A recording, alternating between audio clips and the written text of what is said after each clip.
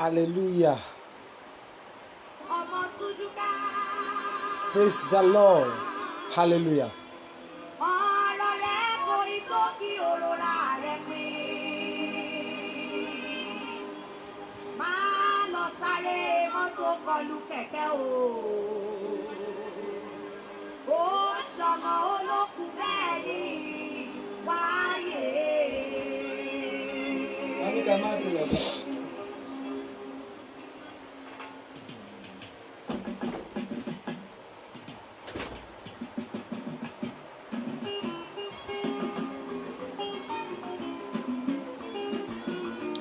God bless you, sir. God bless you, ma. Ẹ máa wọlé bọ̀. Ẹ káalẹ́ mà, ẹ káalẹ́ sà.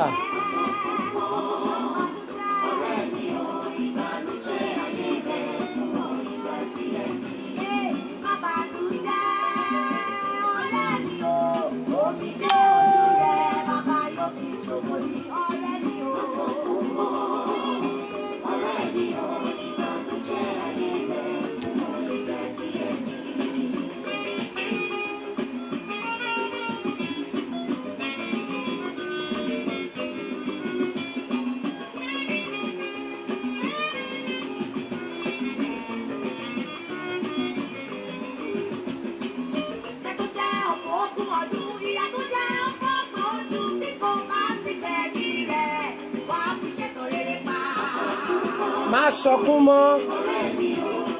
Ẹ káalẹ́ mà, ẹ káalẹ́ sà. God bless you, ma. Sister Siwet, you are welcome. Raji Malik. God bless you, Sister Amaka, you are welcome. Ogun Shaki, God bless you, sir, you are welcome, Daddy.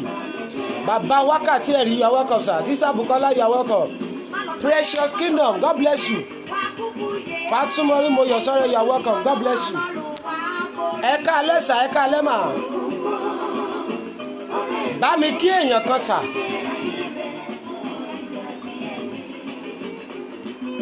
God bless you. Nǹkan tó dájú ni pé ìbànújẹ́ ayé rẹ yẹn máa padà di ayọ̀. Ẹ máa bá mi pè àwọn èèyàn wọlé sàmà.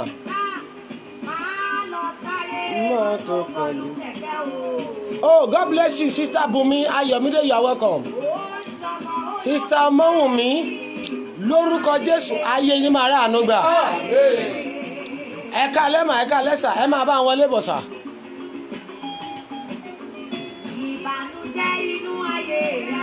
Bẹ́ẹ̀ ni sà. Ìgbà díẹ̀ ni. Bẹ́ẹ̀ ni.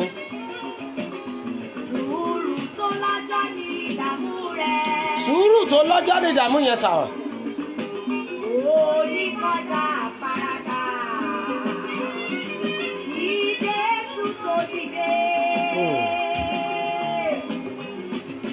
Ẹ máa bá wọn wọlé bọ̀. Ẹ jọ̀ọ́ ẹ bá mi pe àwọn ọmọ mi wọlé nítorí àwọn màmá ló ní ìpàdé yìí, àwọn dádì náà lè bá wa darapọ̀. God bless you, ma. Sister Bidemi, you are welcome. Sister Juliet, you are welcome, ma. God bless you. Ẹ káalẹ́ mà, ẹ káalẹ́ sà. How has been your day? How is your day going? Má sọkún mọ́, ọ̀rẹ́ mi o, ìbànújẹ́ ayé rẹ fún wọn ìgbà díẹ̀ ni. Ìṣòro ayé ti sọ ọ́ dáná ìlérò pátápátá. Ẹnìkan gbọ́ mi lóru yìí, gbogbo ìbànújẹ́ ayé rẹ yẹn, kí a tó parí ìpàdé ọlọ́jọ́ mẹ́ta yìí, lórúkọ Jésù ó máa di ayọ̀ fún ọ. God bless Sister Abid, Sister Damilola Jiboye, God bless you, ma, you are welcome. Bí ẹkún pẹ́ dalẹ́ kan sà, Bíbélì wípé ayọ̀ ń bọ̀ lówùrọ̀. Within these 3 days of this program, every battle that is making you to shed tears, I prophesy you are going to have testimony in Jesus' name. Amen. God bless you, sir. You are welcome. Ẹ bá mi wọlé bọ̀ sà. As you are coming online, ẹ bá mi share 25 times. God bless you, mommy. Motunrayo Adekunle, God bless you, ma. You are welcome, mommy. God bless you, ma. Ìyanu ayé rẹ máa ya ọ̀tá rẹ lẹ́nu sà. Ẹ máa wọlé bọ̀ dádì. Ẹ káalẹ́, ẹ káàbọ̀, ẹ kú àtàárọ̀. Bẹ́ẹ̀ni.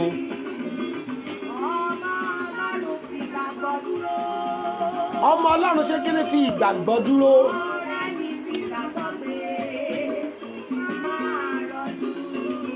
Ẹ bá mi pé àwọn èèyàn fẹ́ wọ́n. Help me share this program, ma. Help me share this program, sir.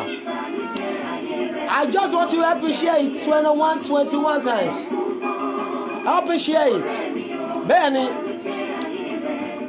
Ẹnìkan ń gbọ́ mi lóru yìí. Gbogbo orísun ìbànújẹ́ rẹ. Every source of bitterness in your life.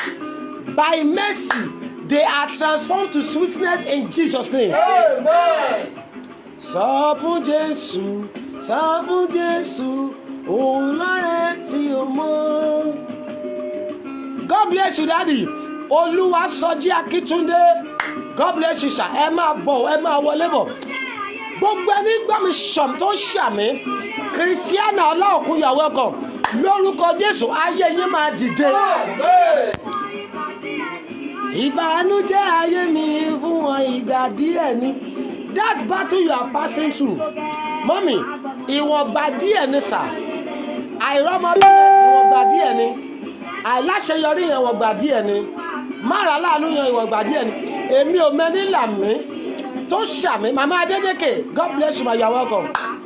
Before the end of this 3 days program, divine mercy that will turn your situation around. Tó máa nu omijé rẹ nù.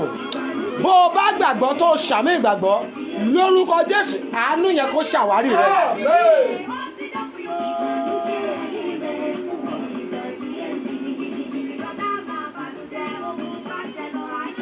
Bẹ́ẹ̀ ni sà, ogun báṣẹ́lọ̀ máa dópin, ogun spinster máa dópin sà, ogun àìrọ́mọbí máa dópin, ogun àìlọ́kọ máa dópin. God bless you, daddy. Jagunmolu Ọládẹ̀jọ Ṣítù, you are welcome.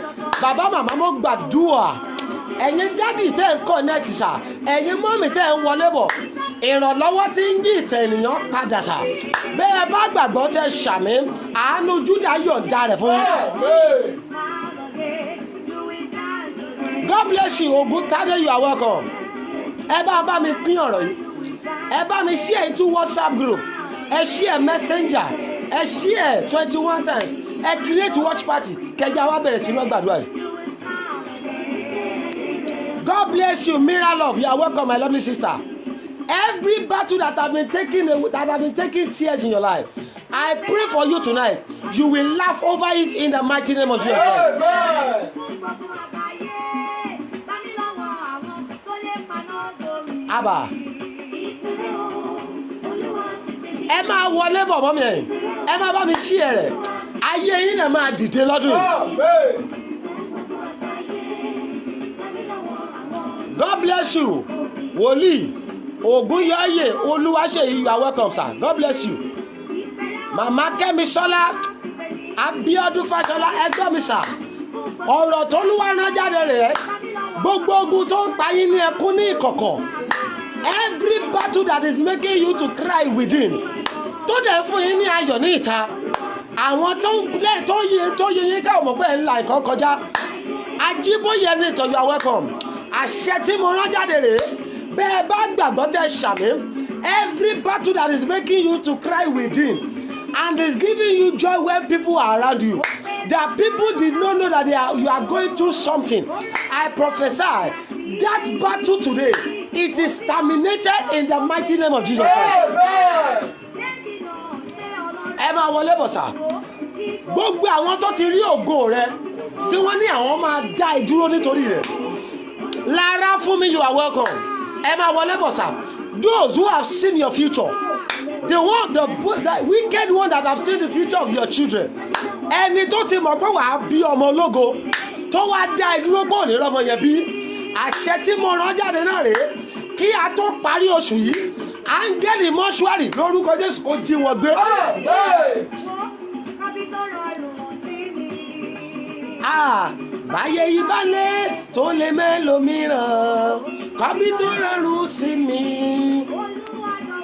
ẹ jẹ́ àjọ kọrin yẹn ó kù ṣẹ́jú 3 sí 4 á kúrò lórí section yìí àwa wọnú ọ̀rọ̀ lọ àdẹ̀gbàdùà tó lè mẹ́lòmíràn kọ́bí tó rọrùn sí. ọ̀rọ̀ yẹn náà rèé òsà Abíọ́dún Fáṣọlá, you are welcome, mommy. The Bible says, if others are saying there is a casting down, for you that you are watching me, the Bible says there's going to be a lifting. I prophesy, if others are saying there is no way, if others are saying they are not getting married, if others are saying their life is stagnant, tí àwọn kan bá ní wọn ò ń jẹ wọn ọmọ nílé wọn, Ajíbóyè Oyíndàmọ́lá, you are welcome. Àṣẹ ìrọ̀rùn ni mo sọ jáde báyìí. Ibi tí àwọn kan gbà kọjá tí wọ́n ti bá ikú pàdé, màmá Tóyìn, you are welcome. Lórúkọ Jésù, àánú kó fọhùn fún ọ. Ìwọ tó ń ṣàmì, àánú máa fọhùn fún ọ. Níbi tí àwọn kan gbà kọjá níràn rẹ tí wọn ò rí olùrànlọ́wọ́, obìnrin kan gbọ́ mi sà, Ọmọjọ́lá Àjọkẹ́, you are welcome. Dádì kan gbọ́ mi nítorí ẹ̀ kọ́nẹ́ẹ̀tì, ẹ bá mi ṣí ẹ̀ 21 times sà. Níbi tí àwọn kan ti ń la ìṣòro kọjá, níbi tí àwọn kan gbà kọjá tí wọn ò ti rá láàánú, mọ́mì tó gbọ́ mi sà, dádì tó gbọ́ mi, lórúkọ Jésù àánú ṣàwárí rẹ. God bless you, Kúnlé David, ayé rẹ máa dìde.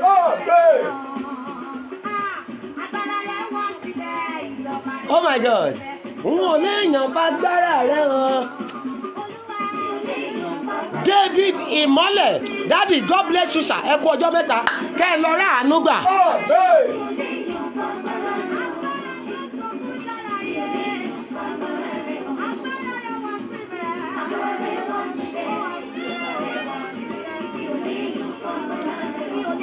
Ẹ máa gbọ́ mi sir, God bless you, Mommy Sarah Gbẹ́dú, you are welcome. Ẹ gbọ́ mi sir, mo rán ọ̀rọ̀ agbára jáde. Ìkóríta tó wà tó ń wò pé níbo ló máa ti rọrùn rọ̀ lọ́wọ́. Every junction of your life that you did not see helper, I prophesy today, the helper of destiny will locate you in the mighty name of Jesus. God bless you, daddy. Wòlíì Ọlọ́run alààyè. Owó ṣe ní Dámiláre, you are welcome sir. Ẹ máa bá mi ṣí ẹ̀rẹ̀ sir. Ayọ̀délé Solomon, you are welcome. Busola Fash, you are welcome. Ó kù ṣẹ́jú méjì. Ìgbà rẹ wá síbẹ̀, n ò lè yàn fagbára rẹ hàn. Ọlápẹ́jú Adétóyè, you are welcome. Màmá Olúwakẹ́mi Desmond, you are welcome. Lónìí ni mo rán ọ̀rọ̀ agbára jáde sà. Agbára tó ní kẹ́ máa ṣàṣedànù. Every power that want to waste your effort, every power that want to frustrate your effort, I prophesy today as you are connecting my faith. Gbogbo ẹ̀yin mọ́mì tí ẹ̀ ń wò mí, àwọn dáàdì tó darapọ̀ mọ́ program yìí, lórúkọ Jésù agbára yẹn lànà sọnù. Agbára yẹn lànà sọnù. God bless you. Evangelist Samis Jessica, you are welcome. I prophesy in that situation that you have never seen an helper, within now and 24 hours, Mami Rafi, you are welcome. The helper that will bring you out of wilderness, that will take you to a fertile land. As you shout amen, they will locate you in the mighty name of Jesus. Ó kù ṣẹ́jú kan báyìí. Ẹ sọ pé Olúwa láyé mi kọjá. God bless you, Mercy Samuel, you are welcome. Ayé yín máa dìde. Jésù la Samaria já. Samaria já o. Ó ní láti la ogun ayé mi já.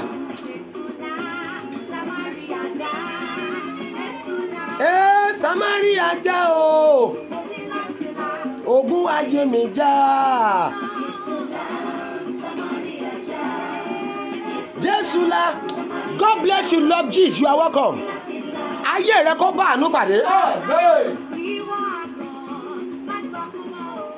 Ẹ jẹ́ kó òun rẹ̀ torí àkókò. Èèyàn kan gbọ́ mi lóru yìí. Ọ̀rọ̀ agbára náà ni mo rán jáde. Gbogbo ẹni tó ti sọ̀rọ̀ ẹ̀gàn sí ọ. Bó o bá gbàgbọ́, ẹ jẹ́ kí àwọn ọmọ mi máa wọlé sà. Yá Kapolia, Ribu Atali Masunda Yafa. Ẹ jẹ́ kí àwọn ọmọ mi máa wọlé. Ẹ bá mi pe àwọn ọmọ mi wọlé sà. Ẹ jẹ́ kí àwọn dáàdì náà wọlé sà. Olówó yẹyẹ, you are welcome sà. Mo rán ọ̀rọ̀ agbára jáde. God bless you my lovely sister Joshua, you are welcome. Gbogbo ẹni tó ti sọ̀rọ̀ ẹ̀gàn sí ọ lánàá tó wò pé òun lè dìde mọ́, mo wí pẹ̀lú àṣẹ Olódùmarè ọ̀rọ̀ òdì tó sọ sí ẹ lórúkọ Jésù ó máa padà di testimony. Mo ní ọ̀rọ̀ yẹn máa di testimony. Mo ní ọ̀rọ̀ yẹn máa di testimony. Ẹgbẹ́ mi sà, ọ̀rọ̀ tí wọ́n sọ sí Hánà padà di testimony.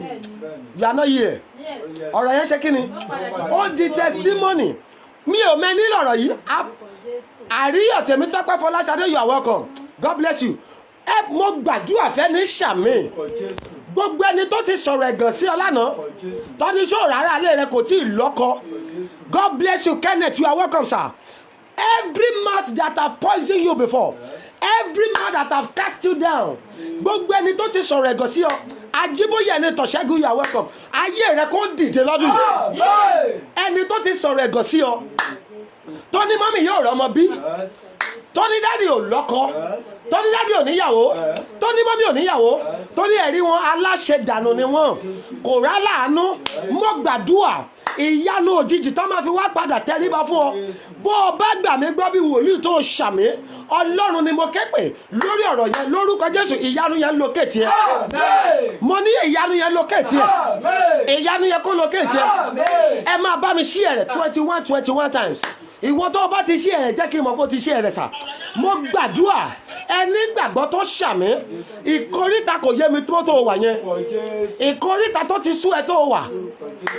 Bó o bá gbàgbọ́ tó ṣàmì ìgbàgbọ́ lórúkọ Jésù, ọwọ́ agbára kó gbé ọ jáde lẹ̀. Mo ní ọwọ́ àánú kó gbé ọ jáde lẹ̀. Mo ní ọwọ́ àánú gbé ọ jáde. Ẹ jẹ́ kí n jẹ́ kẹ́ mọ̀ kankan sàwà. Gbọ́ àwọn kan lè máa la ìṣòro gbẹ́mi sà, a gbé ìṣòro kalẹ̀ fún ọmọ ènìyàn náà ni. Ẹ̀sìn kì í ṣe ẹranko lónìí ìṣòro àbí èèyàn ni wọ́n ṣe kí ni wọ́n ṣètò ẹ̀ ńlẹ̀ fún sà.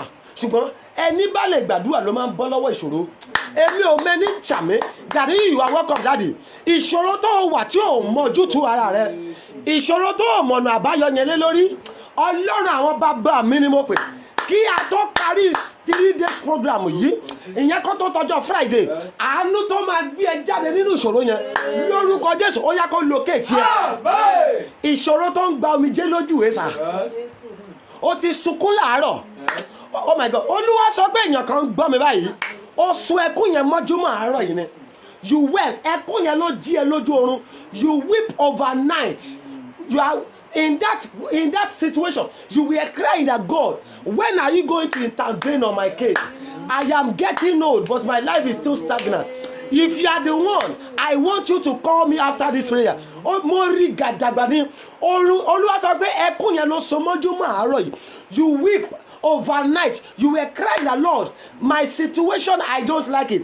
I want you to turn things around. But guess what? The Lord told me that before the end of this program, I want to send an angel to you. The angel that will wipe away your tears. If you are the one, I want you to call me after this program and I will tell you the prayer and the fasting you are going to do. Guess what? I prophesy. Gbogbo ẹ̀yin tẹ́tí ní etí ṣí ẹ̀rẹ̀ yìí, mo rán ọ̀rọ̀ agbára jáde sáyé yín mà. Mo rán ọ̀rọ̀ agbára jáde sínú ayé yín dáàdì. Gbọ́mísà àṣẹ ni mo rán jáde. Ohun gbogbo tó ń gba omijé lójú rẹ, ìṣòro tó ń gba omijé lójú rẹ, bó o bá gbàgbọ́ tó ṣàmì lórúkọ Jésù ó yá kó di ẹ̀rí. Mo ní ìṣòro yẹ kó di ẹ̀rí. Ẹni gbàgbọ́dà ìṣòro yẹ kó di ẹ̀rí. Mo ní ìṣòro yẹ kó di ẹ̀rí. Mo ní ìṣòro yẹ kó di ẹ̀rí fún. Ìṣòro yẹ kó di ẹ̀rí fún. Mo ní ìṣòro yẹn máa di ẹ̀rí fún. Ẹ gbọ́ mi sà. Ọ̀tá ló ń ṣiṣẹ́ ogun nú ayé ènìyàn. Ṣùgbọ́n jẹ́ kí jẹ́ kẹ́mọ̀ kankan, Ọlọ́run ló mú ní ṣẹ́gun. Ta ló fún ní ṣẹ́gun? Ọlọ́run. Tèmítọ́pẹ́ Olúwatósìn, you are welcome. Ayé rẹ kó dìde. Ọlọ́run ló ṣe kí ni? Òun ló fún ni. Ẹ gbọ́ mi sà. Àwọn ìṣòro kan wà tí èèyàn máa Ọlọ́run á mọ̀ọ́mọ̀ gbà láàyè kó Ọlọ́run lè gbà ṣàkóso. Kí Ọlọ́run lè jẹ́ káwọn èèyàn mọ̀ pé no, I am God over this case. I am God, I am the Lord over this woman. I am the God over this man. I have allowed this battle to enter his or her life so that I can glorify myself. Ẹnìkan gbọ́ mi lórí yìí. Ọlọ́run àwọn bàbá mi tí mo pèrè. Ẹni ọlá màmá, God bless you and you are welcome. Ọlọ́run àwọn bàbá mi ni mo pè. Lórí ìlàkọjá rẹ yẹn tí kò múnú rẹ dùn. Ìyanu tí ọlọ́run máa fi padà gbògo, ìṣẹ̀lẹ̀ ìyanu tọ́lọ́run máa fi padà gbògo láàrin 24 hours ni. Ẹni gbàgbọ́ tó ṣàmì àti gbogbo ẹ̀yin tẹ́ ẹ̀ bá mi ṣí ẹ̀rẹ̀ lórúkọ Jésù, ìyanu yẹn kó locate ẹ. Mo ní ìyanu yẹn kó locate ẹ. Mo ní ìyanu yẹn kó locate ẹ. Mo ní ìyanu yẹn kó locate ẹ. Mo ní ìyanu yẹn máa locate ẹ. Ipò tó wà yìí, ẹni tó ṣàmì ò ní kú sípò náà. Mo ní ò ní kú sípò yẹn. Ò ní kú sípò yẹn. Àbùmí ó ti ṣe ẹ̀ 20 times. Ayé rẹ kó dìde. Mo ní ayé rẹ kó ṣe kí ni? Ayé rẹ kó dìde. Ẹ jẹ́ á dúpẹ́ lọ́wọ́ Ọlọ́run.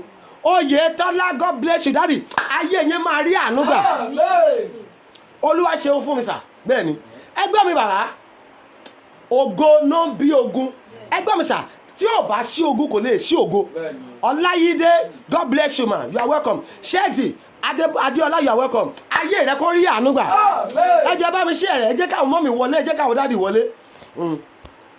Pàápàá jùlọ ẹ jẹ́ káwọn ọmọ mi wọlé torí this program is mainly for women. Olúwa ní ká gbàdúrà pẹ̀lú àwọn obìnrin kí wọ́n má bàa ṣe kí ni, kí wọ́n má bàa ṣàṣedànù. Mo gbàdúrà ẹni ṣàmì lọ́dún yìí títí ọjọ́ ayé rẹ̀ ò ní ṣàṣedànù. Ọba Ṣíjú Adé, God bless you daddy. Ayé yìí kó rà àánú gbà sá. Ẹgbẹ́ mi sà, tí ò bá sí ogun kò lè, tí ò bá sí ògo kò lè sí ogun. Kí ni mo pè é? Tí ò bá sí ògo kò lè sí ogun. Ẹgbẹ́ mi sà, ògo ló bí ogun. Ẹgbọ́ ẹ lè rí kọ́ lọ gbógun tẹni tó wà stranded. Ẹni tí ò lógo àjẹ́ òní kọ́kọ́ fi ṣe. Ẹni tó ti bà yí ẹ̀jẹ̀ àjẹ́ òní kọ́kọ́ fi ṣe. Wọ́n máa fi ilẹ̀ pé àrùn àti ṣẹ́gun eléyìí kò sí nǹkan tá a fẹ́ fa yí ẹ̀ ṣe mọ́. Ẹnìkan gbọ́ mi lóru yìí, aláyànlé òkùnkùn tá a yàn tì ọ́ tó ní òní kọjá ìpele tó wà yìí, bó o bá fi gbogbo agbára ṣàmì lórúkọ Jésù, aláyànlé yẹn kó kúkú òjijì. Mo ní aláyànlé yẹn kó kúkú òjijì. Mo ní aláyànlé yẹn kó kúkú òjijì. Ògo ló bí ogun. Bẹ́ẹ̀ ni sà, kò sí béèyàn ṣe máa ṣe exam bó máa dé pé ó fẹ́ lọ sí another class tí ò ní ṣe promotion exam. Bẹ́ẹ̀ni a ṣe test gbàmísà lẹ́yìn test ló ń di testimony. Tí ò bá sí test kò lè sí testimony. Ẹnìkan gbọ́ mi lóru yìí, ó ti ń la ìṣòro kan kọjá ṣùgbọ́n mo mú ìròyìn ayọ̀tọ̀ wá. Ayọ̀délé Tìjání, you are welcome. Mo gbàdúrà fún ẹ lórúkọ Jésù ti Násárẹ́tì ni mo pè. Ìyanu tó máa mú ẹ kúrò nínú ipò oṣù tó wà, ìyanu tó máa mú ẹ̀gàn rẹ kúrò. Bó o bá gbàgbọ́ tó o ṣàmì, ó yá kó locate ẹ. Ọlọ́run lórí yìí, Olúwa gba ọpẹ́ wa. Oh my God. Mo ní lórí yìí, Olúwa gba ọpẹ́ wa. Mo ní Olúwa gba ọpẹ́ wa. Olúwa gba ọpẹ́ wa. Olúwa gba ọpẹ́ wa. Olúwa gba ọpẹ́ wa. Olúwa gba ọpẹ́ wa. Olúwa gba ọpẹ́ wa. Akirisore aṣore má kù síbi kan. Olódùmarè ọ̀kan lánàá ọ̀kan lónìí ọ̀kan títí ayé ànípẹ̀kún. Adékúnlé Mopo, you are welcome. Mo gbàdúrà fẹ́ ní ṣàmì lónìí ni wàá rí àánú gbà. Mo ní lórúkọ Jésù, ayé rẹ rà àánú gbà. Mo ní ayé rẹ rà àánú gbà. Ayé rẹ rà àánú gbà. Ayé rẹ rà àánú gbà. Ayé rẹ rà àánú gbà. Agbára tó fẹ́ wéṣì àkókò rẹ níbi àdúrà. Every power that want to stand in place of prayer. Tó ní wàá gbàdúrà ṣùgbọ́n àdúrà rẹ ò ní gbà. Bó o bá ṣàmẹ́ lórúkọ Jésù, agbára náà gbiná sọnù. Mo ní lọ́gán, you are welcome sir. Mo ní agbára náà gbiná sọnù. Ramota Adésọlá, you are welcome. Agbára náà gbiná sọnù. Mo ní agbára yẹ kó gbiná sọnù. Ìwọ tó o bá mi share rẹ̀ ní 21 times dà. Áńgẹ́lì ìrànlọ́wọ́ òjijì. Òun mo pè báyìí. Ọlọ́run àwọn bàbá mi, Wahab, you are welcome. Ọlọ́run àwọn bàbá mi ni mo pè. Ẹni ṣàmì áńgẹ́lì ìrànlọ́wọ́ tó máa fà ẹ́ jáde nínú ogun tó ti ń jà. Bó o bá gbàgbọ́ tó ṣàmì, áńgẹ́lì yẹn kó la ilé yẹn kọjá. Mo ní áńgẹ́lì yẹn kó la ayé rẹ kọjá. Lórí Olúwa jẹ́rìí ara rẹ. Màmá bàbá tó ń ṣàmì, ẹ ò ní ṣàṣedà. Ẹ jẹ́ gbàdúrà. Olúwa mo dé lórí láyé mi kọjá. Olúwa mo dé lórí láyé mi kọjá. Olúwa ṣe kí ni? Olúwa mo dé lórí láyé mi kọjá. Ẹ láyé mi kọjá. Ẹ láyé mi kọjá. Bẹ́ẹ̀ni ipò tí mo wà yóò tẹ́ mi lọ́rùn. Ipò tí mo wà yóò tẹ́ mi lọ́rùn. Mi ò gbàgbé àkọlé wa o. Mo kọ̀ láti ṣe kí ni? Láti ṣàṣe. Mi ò gbọ́dọ̀ ṣàṣe dànù. Bẹ́ẹ̀ni nǹkan burúkú ni kéèyàn kó ṣe wàhálà kó má jèrè wàhálà tó ṣe. Ẹni gbọ́ mi mọ́mì dáàdì tó gbọ́ mi lórúkọ Jésù ò ní ṣàṣedànù. jágbàdúrà láyé mi kọjá. láyé mi kọjá. pẹ̀lú ọwọ́ àánú. ọwọ́ kí mo pè é. fi ọwọ́ àánú láyé mi kọjá. fi ọwọ́ àánú láyé mi kọjá. nítorí mo fẹ́ ṣàṣedànù. ọba ṣíjú adé ti ṣí ẹ̀ ayé yín kó dìde. mo ní ìlérí kó ṣẹ mọ́ yára. gbogbo ẹ̀yin tẹ́ ìṣe rẹ̀ lórúkọ Jésù kẹ́ lọ rà àánú gbà. ẹ jẹ́ gbàdúrà ayé mi ó yá dìde. ayé mi ó yá dìde. ayé mi dìde. ayé mi dìde. ayé mi dìde. ayé mi dìde. ayé mi dìde. ayé mi pẹ̀lú ọwọ́ àánú. àánú. ayé mi dìde. mi dìde. ó yá gbóhùn sókè kó sọ́dà bí ọ̀bẹ. ẹni mímọ́ aṣọ ògo. ayé mi máa dìde. ayé mi máa dìde o. ayé mi máa dìde. ayé mi máa dìde. ayé mi máa dìde. ayé mi máa dìde lórúkọ Jésù. ayé mi máa dìde o. ayé mi dìde dìde dìde.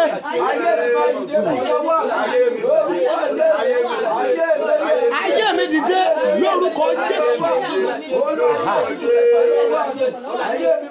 Olúwa fi àánú gbé mi dìde. láyé mi kọjá pẹ̀lú ọwọ́ àánú. in the name of Jesus Christ.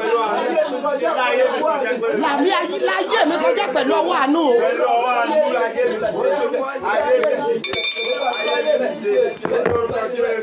gbogbo ẹni ṣàmì kí a tó parí ìpàdé 3 days yìí lórúkọ Jésù àánú kó wá orí. mo ní àánú kó wá orí o. màmá bàbá àánú máa wá orí. àánú kó wá orí sà. Grace Favour you are welcome. màmá Joseph you are welcome. mo ní àánú kó wá yín rí. mo ní àánú kó wá yín rí. mo ní àánú wá yín rí. mo ní àánú wá yín rí. ẹ jẹ́ sáré ka ọ̀rọ̀ kan fún wa sà. jẹ́ Revelation chapter 12 níbi tí a ti mú ọ̀rọ̀ yẹn. Revelation chapter 12 from verse 13 to 17. mo gbàdúrà ẹni ṣàmì ẹni tá a yàn tí ọ ní ìjọba òkùnkùn. whosoever chosen against you from the kingdom of darkness, that same monitor him, monitor her. His or her life must not be transformed. bó o bá gbàgbọ́ tó o ṣàmì Kẹ́hìndé Akim you are welcome. irú alágbára bẹ́ẹ̀ ó yá kó kú kú òjijì. mo ní alágbára yẹ kó kú kú òjijì. Adémọ́lá lórúkọ Jésù alágbára yẹ kó kú kú òjijì. Revelation chapter 12 rẹ o from verse 13 to 17 kí ló sọ. ó ní nígbà náà dragoni náà rí i pé alẹ́ òun sílùú ayé ó sì ṣe inúnibíni sí obìnrin tí ó bí ọmọkùnrin náà. ta ni dragoni náà sà? Sátánì. bẹ́ẹ̀ ni Bíbélì wípé dragoni náà bínú gidigidi sà. ó ní pé kí ni ó bínú nítorí alẹ́ sínú ayé. ó wá lọ pé ó ṣe inú bínú síta ni sí obìnrin náà. nítorí ẹ̀ bó ṣe nípa ẹ̀yin obìnrin ẹ ò gbọ́dọ̀ fi pàdé ọjọ́ mẹ́ta ìṣeré. ó ṣe inú bínú síta ni obìnrin. wọn sọ pé ó ṣe inú bínú sí ọkùnrin o. ó mọ̀ pé obìnrin ló ní reproduction. ọkùnrin kì í bímọ sà. ọkùnrin kì í lóyún. obìnrin ló ń bímọ. ó wò pé ta la máa bínú sí. ẹja lọ bínú sí obìnrin tó ṣe tó àti bí ọmọ sáyé. ẹgbẹ́ ó ní ó ṣe inú bínú sí obìnrin náà tó bí ọkùnrin náà. ó bínú sí obìnrin. ó mọ̀ pé obìnrin ló ń ṣe reproduction. obìnrin ló ń bí. obìnrin ló ń sọ di púpọ̀. ó ṣe inú bínú sí obìnrin náà tó bí ọmọkùnrin náà. mo gbàdúrà ẹni bínú sí ìyá rẹ tó wá ń gbẹ̀sọ́ lára ìwọ ọmọ. ẹni bínú sí ọ tó dìde ogun tì ọ tó ní ayé rẹ ò ní dìde. bó o bá gbàgbọ́ tó ṣàmì ara kó pa lójijì. ẹgbẹ́ mi sà nítorí àkókò ó ní nígbà tí dragoni náà rí i pé alẹ́ òun sínú ayé ó ṣe inú bínú sí obìnrin náà tí ó bí ọkùnrin náà. a sì fi apá ìyẹ́ méjì ti ìdì ńlá náà. a sì fi apá ìyẹ́ méjì náà ti ìdí ńlá fún obìnrin náà pé kí ó ṣe kí ni kí ó sá lọ sínú aginjù. wọ́n fún obìnrin náà lóore ọ̀fẹ́ pé kó ṣe kí ni kó sá lọ nínú aginjù. ẹ gbọ́ o sí ipò rẹ̀ níbi tí a gbé bọ́ ọ fún àkókò kan àti fún àwọn àkókò kan. wọ́n ní pé wọ́n tún fún obìnrin yẹn ní eagle wing kó tún fò lọ sínú aginjù kó kí a lọ máa bọ́ bẹ̀ kí Sátánì èyí tí ṣe dragonian kó má bàa borí ẹ̀. kó ṣe kí ni kó sá lọ síbẹ̀ kó lọ farapamọ́ síbẹ̀. kí ló padà ṣẹlẹ̀ wọ́n ní kí láà gbébọ fún àkókò kan àti fún àwọn àkókò kúkúrú lọ́dọ̀ ejò náà ṣùgbọ́n kí verse 15 sọ pé ejò náà sì tú omi jáde láti ẹnu rẹ̀ wá ibi odò náà sẹ́yìn obìnrin náà ẹjọ́ bíbélì wípé odò ó ṣe kí ni ó tú omi jáde kí ni omi yẹn túmọ̀ sí ó tú ogun jáde ó tú wàhálà jáde sẹ́yìn obìnrin náà gbọ́bísà mi ò mọ inú omi ayé tó wà omi ogun tí wọ́n ní pé kó gbé ọ lọ bó o bá gbọ́ mi lórí tó ṣàmì omi yẹn kó gbẹ lójijì ẹlòmíì omi ayé rẹ̀ ni pé omi ogun tí wọ́n dà lúre pé kó má rí aláàánú kó máa ṣàṣedànù kó má rí olùrànlọ́wọ́ kí ayé rẹ̀ wà lójú kan ẹ̀yin obìnrin mo sọ̀rọ̀ àṣẹ jáde gbogbo ẹ̀yin tẹ́ ẹ̀ gbọ́ mi tẹ́ ẹ̀ ń wò mí àti àwọn dáàdì tó connect sínú program omi ogun àṣedànù tí Sátánì tú sí ìran rẹ pé kí àwọn obìnrin ibẹ̀ má máa dìde màmá Sarah ti ṣe ayé yìí kó rà àánú gbà bẹ́ẹ̀ ni wàá wò pé nínú ìdílé yìí ẹ lọ wo ìdílé tó ti jáde oh my God omi ogun tó tú sílé àwọn ẹlòmíì nìyẹn wọ́n á ní pé in this house the women there tí wọ́n bá ti 35 they must not get married ayé wọn gbọ́dọ̀ lọ pẹ̀lú àkókò bẹ́ẹ̀ ni omi ogun tá a tú síran rẹ tí ìwọ ọmọbìnrin ń ja ogun yẹn lónìí tí dáàdì náà ń ja ogun yẹn lónìí bó o bá gbàgbọ́ tó o ṣàmì ìgbàgbọ́ lórúkọ Jésù omi yẹn kó gbẹ lójijì mo ní omi yẹn gbẹ lójijì ẹ jẹ́ tẹ̀síwájú verse 15 of that Revelation chapter 12 ó ní kí omi yẹn lè borí obìnrin náà kí ó lè mú kí ìṣàn omi náà kó gbá a lọ wọ́n ní kí ogun ayé lè gbá a lọ kí ni ó gbá lọ kí ogun ayé lè gbá a lọ ṣùgbọ́n kíyèsí in verse 16 ilẹ̀ sì ran obìnrin náà lọ́wọ́ ẹni ṣàmì mo gbàdúrà ẹ pariwo ọ̀rọ̀ yìí Olúwa dìde ìrànlọ́wọ́ fún mi Olúwa ṣe kí ni that is verse 16 of that Revelation chapter 12 ó ní ilẹ̀ sì ṣe kíni ilẹ̀ sì ran obìnrin náà lọ́wọ́ ilẹ̀ sì ya inú rẹ̀ ó sì fa omi náà tu ó ṣe kí náà ó fa omi náà ẹ jẹ́ àgbàdua mo fẹ́ kíkọ ké níbi gbogbo tó bá ti wù mí sà grace ó ti ṣí ẹ rẹ ayé rẹ kó rí àánú gbà ẹ sọ pé Olúwa dìde ìrànlọ́wọ́ Olúwa dìde ìrànlọ́wọ́ arise for my help bíbélì wípé ilẹ̀ ran obìnrin yẹn lọ́wọ́ kí ni ilẹ̀ ṣe sà ilẹ̀ fa omi yẹn tu ó fa omi yẹn gbẹ omi tí wọ́n ní kó gbé obìnrin náà mì omi tí Sátánì tú jáde pé kó gbé mì ó dẹ̀ ràn lọ́wọ́ ó fa omi yẹn náà gbẹ ẹ jẹ́ àgbàdua Olúwa dìde ìrànlọ́wọ́ fún mi blessing God bless you, you are welcome ẹgbà Olúwa dìde ìrànlọ́wọ́ fún mi I cannot fight this battle alone arise for my fight Lord fight my battle Lord fight my battle Lord fight my battle Olúwa ràn mí lọ́wọ́ Olúwa ràn mí lọ́wọ́ Olúwa ràn mí lọ́wọ́ Olúwa ràn mí lọ́wọ́ Olúwa ràn mí lọ́wọ́ mi ò lè dájà Olúwa dìde ìrànlọ́wọ́ Olúwa dìde ìrànlọ́wọ́ ẹ dìde ìrànlọ́wọ́ ẹ dìde ìrànlọ́wọ́ ó yẹ gbọ́ sókè sọ́dà lọ́wọ́.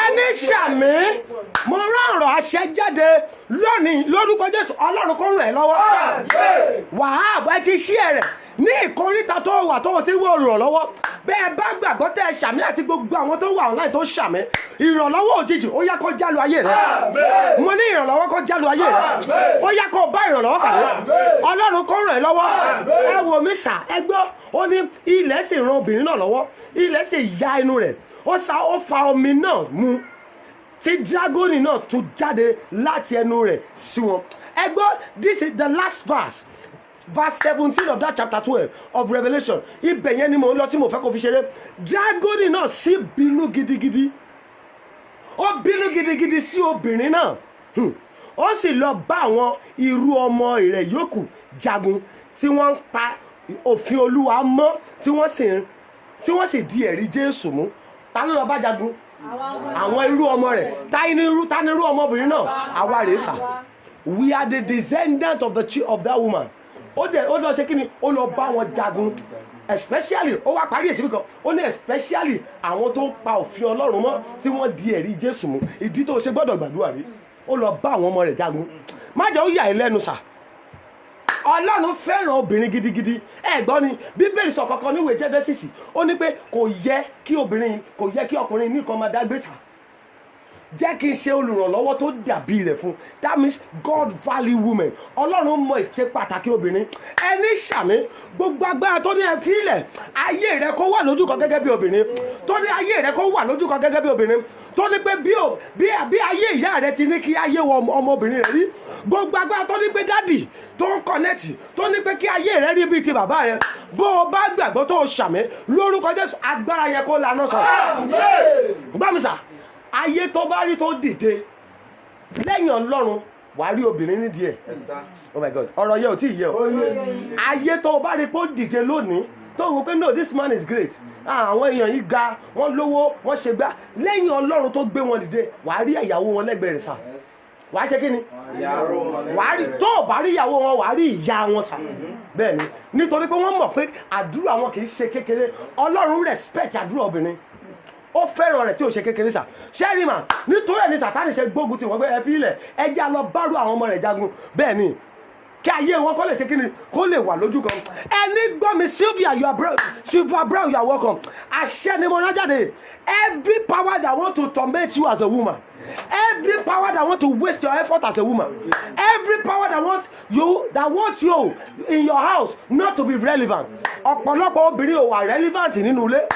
Every power that say you will never be relevant as a woman in your matrimonial home, I prophesy as you shout amen, that power will be destroyed by fire in Jesus' name. Amen. Mo ní agbára yẹn kó lànà sọ̀rọ̀. Oyin Dámọ̀lá, you are welcome. Mo ní agbára yẹn kó lànà sọ̀rọ̀. Máa bá mi ṣí ẹ̀rẹ̀ sà. Gbọ́ mi sà. Ohun mẹ́ta lọ́lọ́run dá obìnrin fún kó máa ṣètọ́jú. The Lord have created women to take care of 3 things. Number 1, kó máa tọ́jú ọkọ rẹ̀. Number 2, kó tọ́jú àwọn ọmọ rẹ̀. Number 3, ìhìnrere. Let me tell you, go and check it, sir, from Genesis to Revelation, especially in the time and the era of our Lord Jesus Christ. Obìnrin ló ràn lọ́wọ́ jù. Ẹ jọ̀ọ́, ta ló kọ́kọ́ débi ibojì Jésù? Oh my God. Kí ẹ lè mọ ìṣe pàtàkì obìnrin, Ọlọ́run fẹ́ràn wọn nítorí ẹ̀ lógun wọn ṣe pọ̀. Èmi ò mẹ́ni ṣàmẹ́, gbogbo ẹni dojúlé ẹ pé fún ogun tó lóòní bọ́ lọ́wọ́ àwọn. Ẹni ṣàmẹ́, gbogbo ẹni dojúlé ẹ sà. Every power that are focused on you, daddy, every power that are focused on you, mommy, tó ní ayé rẹ ò ní dìde, ọ̀rọ̀ àṣẹ náà rè lórúkọ Jésù, agbára yẹn kó gbiná sọ̀rọ̀. Mo ní agbára yẹn kó gbiná sọ̀rọ̀. Gbọ́ mi sà, there is nothing your husband and children cannot do, because if a woman cannot pray, sorry, kò sí nǹkan tí ọkọ rẹ ò lè ṣe sà. Kò sí ibi tí Ọlọ́run ò lè gbé ọmọ rẹ dé tí obìnrin bá ti lè gbàdúrà. Mo máa ń sọ kọ́kọ́, I used to tell people, you don't need a pretty woman as a husband. You don't need an educated woman. You need a prayerful woman. Báwo sà, tó o bá Yusuf Dayo, you are welcome. Ayé rẹ kó rà àánú gbà wá. Bẹ́ẹ̀ ni sà, ọkùnrin tó bá torí ẹwà fẹ́ yàwó tí ò bá fẹ́ aládùúà, gbọ́ mi sà, ẹwà yẹn ló máa fi balẹ̀ yẹn jẹ́ sà. Bẹ́ẹ̀ ni sà, you don't need a pretty woman, you don't need an educated woman. Tó o bá ti ní obìnrin tó jẹ́ pé aládùúà sà, àdúrà yẹn ló máa fi gbé ilé ìròyìn ẹ̀rọ. Before you know it, you are going to go places. But in as much tó bá jẹ́ pé ẹ̀fọ́ ló fi lọ gbéyàwó, àánú ẹ̀ ṣe mí sà. Ṣùgbọ́n ẹ bèrè àwọn obìnrin lónìí, what is your place in the place of prayer? What is what? What is your place in the place of prayer? Bèrè lọ́wọ́ ara rẹ sà. Èmi ò mẹ́ni ṣàmì. Kate, you are welcome. Lórúkọ Jésù, agbára tó fẹ́ waste effort yẹ gẹ́gẹ́ bí obìnrin. That say you will never be relevant at home. That say if your husband is not at home, you can never do anything good. Because you are hearing me tonight, I prophesy that power is destroyed in the name of Jesus Christ. Amen. Don't sir, the Lord respect woman. Ọlọ́run fẹ́ràn obìnrin. Ẹ gbọ́ kankan nínú ọgbà Édẹ́nì ni. When God came, he said, hello Eve, where are you? He said, this is me, my Lord. Why kí ló dé tẹ́ gbóhùn mi tẹ́ ẹ sá? Ó ní ẹ̀rù ló bà àwọn tí ẹ̀rù kì í bà tẹ́lẹ̀. Ní ìgbà tí Ọlọ́run máa bí léèrè, hello, how the fruit I said you should not eat, how did it happen? Kò dí ẹ̀bí yẹn lé ọkọ rẹ̀ lórí. Ó ní sà, ejò yìí ló fún mi jẹ, ejò yìí ló deceive me. It is this snake that deceived me. Kò sọ pé no, it is my husband. ẹgbọ́n mi sà, that is why I used to say it is very very relevant for all couples to be in one accord. ẹgbọ́n mi sà, ká ní dádì Ádámù wà around lọ́jọ́ yẹn ní sà, guess what, ejò ò ní ráàyè tọ́ obìnrin yẹn jẹ. ejò ní ráàyè ṣe kí ni, kò ní ráàyè tọ́ jẹ sà. ilé tó bá ti pínyà Sátánì máa ń wọbẹ̀. mo wí pẹ̀lú àṣẹ Olódùmarè, ìdílé tó ń gbọ́ tó ń wò mí lóru yìí tí ò sí ìfẹ́ mọ́ nínú ilé yín, kí Sátánì lè wọlé, mo gbàdúrà látòní lọ ọwọ́ àánú Olódùmarè kó dá ìfẹ́ yẹn padà.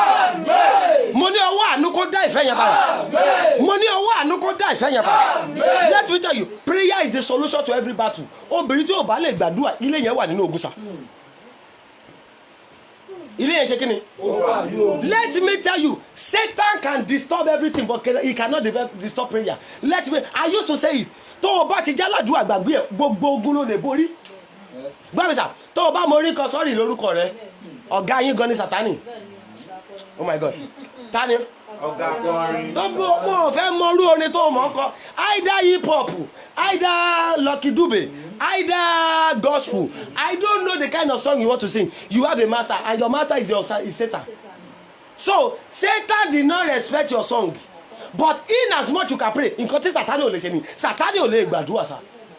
so Sátánì kò lè gbàdúrà nítorí ẹ̀ ó máa ń bá ó bẹ̀rù aládùúà. gbọ́ mi sà, mo máa ń sọ kọ́kọ́, aládùúà lọ̀gá àríran. tí Ọlọ́run bá fún àwa wòlíì ní vision pé báyìí báyìí báyìí báyìí báyìí báyìí báyìí báyìí, tó o bá lè gbàdúrà wàá gbọ́ ìlérí, ẹni yẹn ò ní débi ilẹ̀ ìlérí. let me tell you, if you cannot pray sir, mommy, if you lack prayer in your house, forget it.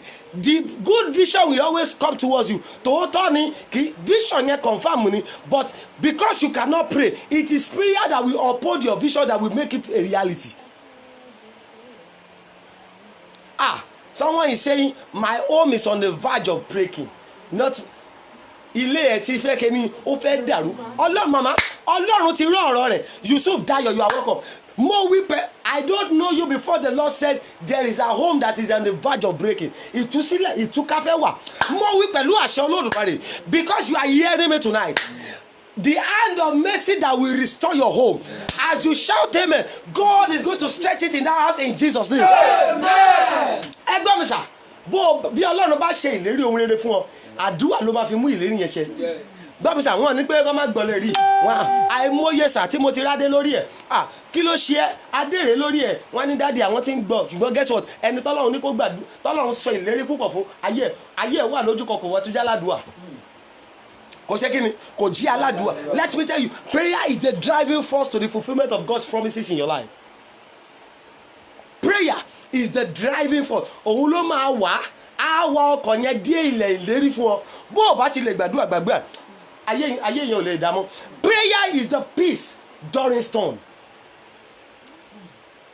Oh my God, kí ni mo pè é? Owolabi Precious, you are welcome.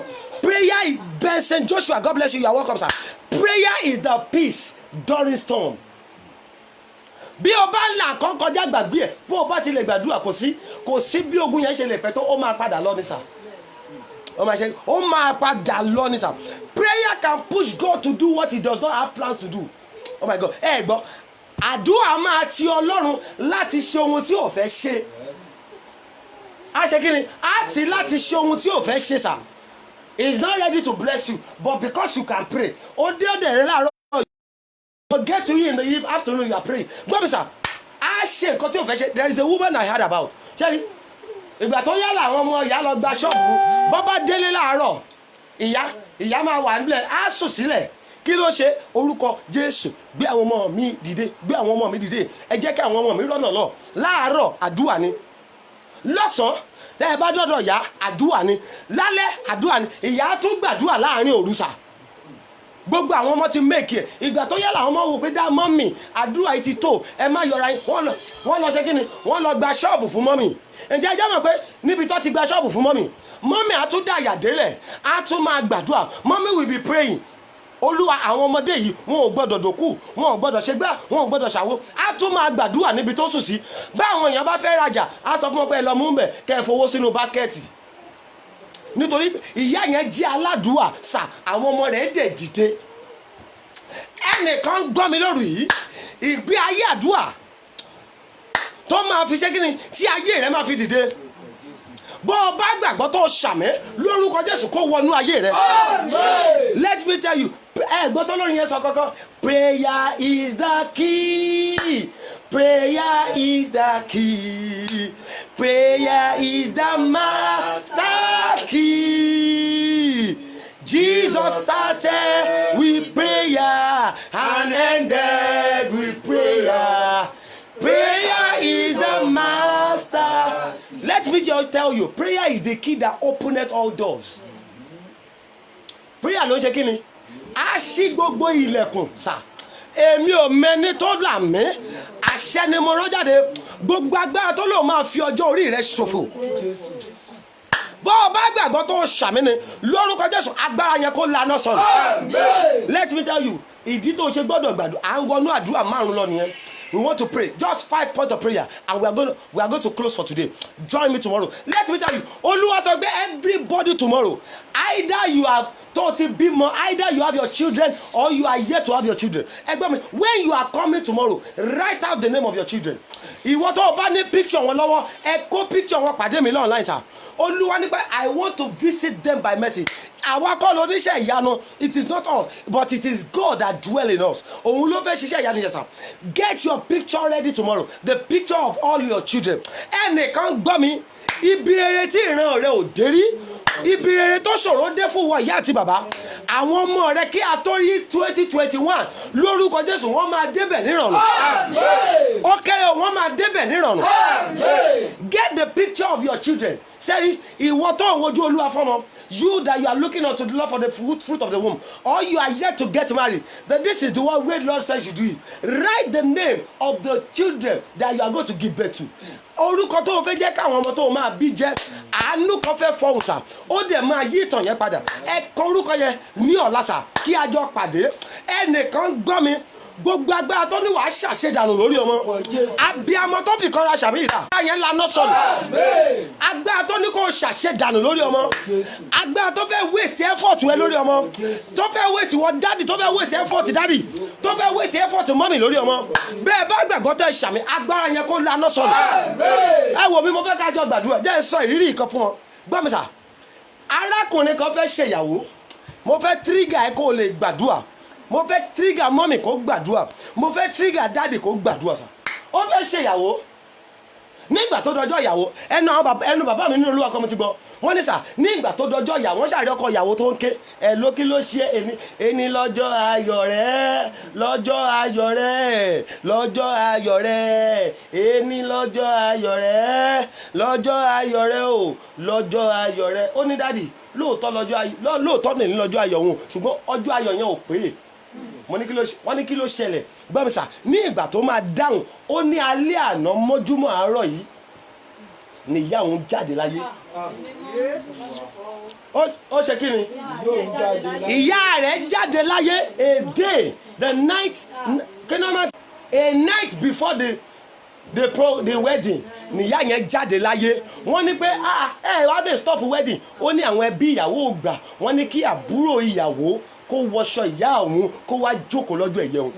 Abíámọ kan gbọ́ mi sà mo gbàdúrà ẹ̀yin yóò tún yẹn ẹ bá mi kọ orúkọ àwọn ọmọ tẹ́ ẹ máa bí sà either you are a man or a woman ẹ bá mi kọ síta ká gbàdúrà lé lórí it's going to work for your future sà.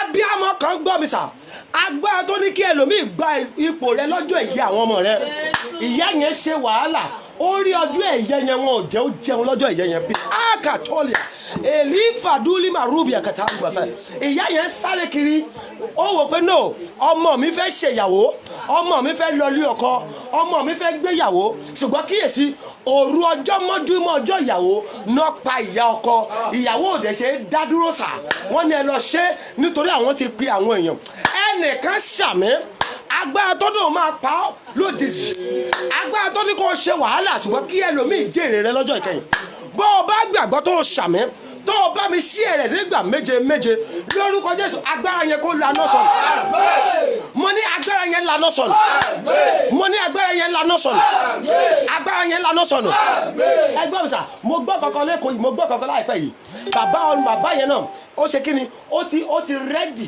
wọ́n ṣe introduction náà ti fẹ́ ṣe wọ́n bá ní ẹ̀ ló sà dáàdi ẹ̀ máa wọ́n wá ní pé pásítọ̀ yẹn bá débẹ̀ wọ́n ní ẹ̀ló kí ló máa ṣẹlẹ̀ bàbá ọkọ ńkọ́ ó ní pásítọ̀ ní pé wọ́n máa wà nù yàrá ó ní okay I will love to see the bàbá ọkọ wọ́n bá ní pé no problem let us go to the backyard ní ìgbà tó máa débi tí bàbá ọkọ wà sá wọ́n ti so ṣẹ̀kẹ̀ṣẹ̀kẹ̀ mọ́ lọ́wọ́ wọ́n so ṣẹ̀kẹ̀ṣẹ̀kẹ̀ mọ́ lẹ́sẹ̀ ibi tó wà ló ń tọ̀ sí ibi tó wà ló yàgbẹ́ sí ibi tó wà lọ́dọ̀ tí ń gbóúnjẹ fún bàbá ọkọ tó yẹ kó dúró gẹ́gẹ́ bí bàbá ọkọ lọ́jọ́ ìyàwó ó ti ya wèrè sí yàrá àwọn àbúrò rẹ̀ ló lọ jókòó mo gbàdúrà fẹ́nìkan tó ń ṣàmì lóru yìí ọ̀rọ̀ àṣẹ ni mo rán jáde gbogbo agbára tó ẹni tí ó mọ̀gbà tó ń ṣe wàhálà lórí ọmọ ẹjọ́ mo fẹ́ kó fi kọ́ra ṣàmìyàn ẹni tí ó mọ̀gbà tó ń ṣe wàhálà lórí ọmọ tó ní ẹ̀fí ilẹ̀ ẹ jẹ́ kó padà ṣàṣedànù kí ẹlòmíràn gba ipò rẹ̀ bó o bá gbàgbọ́ tó ṣàmì agbára yẹn lànà sọnù mo ní agbára yẹn lànà sọnù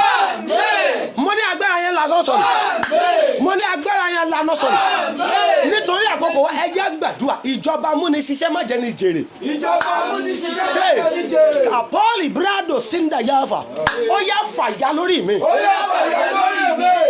Every government that allow people to work and not allow them to eat the reward of their labour bẹ́ẹ̀ni let me tell you it is tantamount to disaster kò sí disaster tó nílò èdò ẹni tó ṣe wàhálà kò wá jẹ́ jọ ó gbọ́dọ̀ gbàdúrà yìí níbi gbogbo tó bá wà ẹ jọ ẹ bá mi ṣí ẹrẹ nígbà méje ìjọba amúniṣiṣẹ́ má jẹ́ ní jèrè. ìjọba amúniṣiṣẹ́ má jẹ́ ní jèrè. Daddy, if you are watching lóòótọ́ olúwa ní kí gbogbo àwọn obìnrin pàdé ṣùgbọ́n if you are a daddy and you are watching daddy náà làwa náà ṣùgbọ́n à ń gbàdúrà yìí bẹ́ẹ̀ ni sà mo máa kò dáa àrùn burúkú ni ẹ jẹ́ pé Jésù gbogbo ìjọba amúniṣiṣẹ́ má jẹ́ ní jèrè. ìjọba amúniṣiṣẹ́ má jẹ́ ní jèrè. ó yá fàjà lórí mi. ó yá fàjà lórí mi. fàjà lórí mi. fàjà lórí mi. bẹ́ẹ̀ ni kò dáa oróyún oṣù mẹ́sàn-án mo mọ bó ṣe ń rí ẹlòmíì odidi oṣù the first oṣù mẹ́ta á máa bì á bì kiri ẹlòmíì á tún ṣàìsàn mo mọ èèyàn kan tí ìyàwó ẹ̀ bá ti lóyún èdè báyìí ọjọ́ iná lọ sí hospital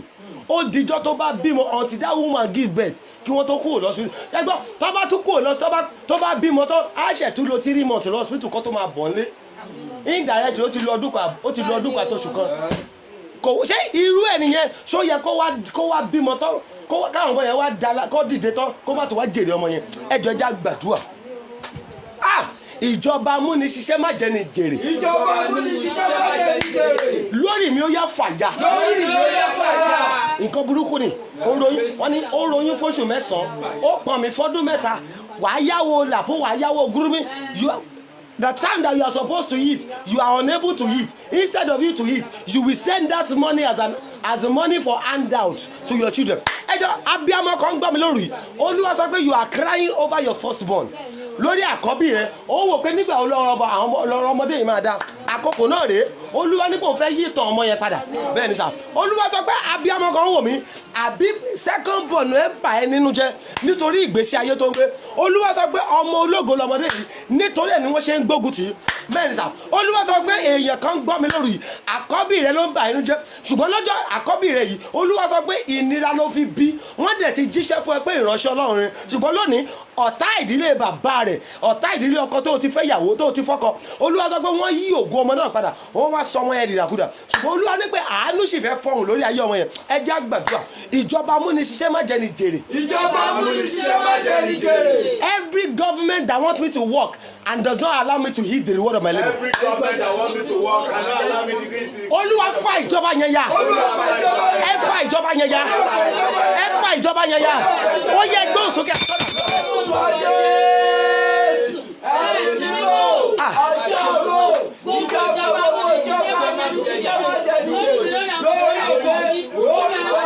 ẹ fa ìjọba yẹn ya Jésù Kristi. ẹ fa ìjọba yẹn ya in the name of Jesus Christ. In the name of Jesus. In the name of Jesus Christ. In the name of Jesus Christ. Ẹ fa ìjọba yẹn ya.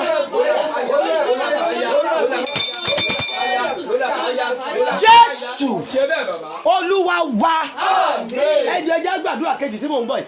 Gbogbo agbára tí máa ń sọ ìyá dàjẹ́ lójijì. agbára tó máa ń sọ ìyá dàjẹ́ lójijì. Agbára tó máa ń sọ àwọn òbí di ogun lójijì. agbára tó máa ń sọ àwọn òbí di ogun lójijì. Báwo sà?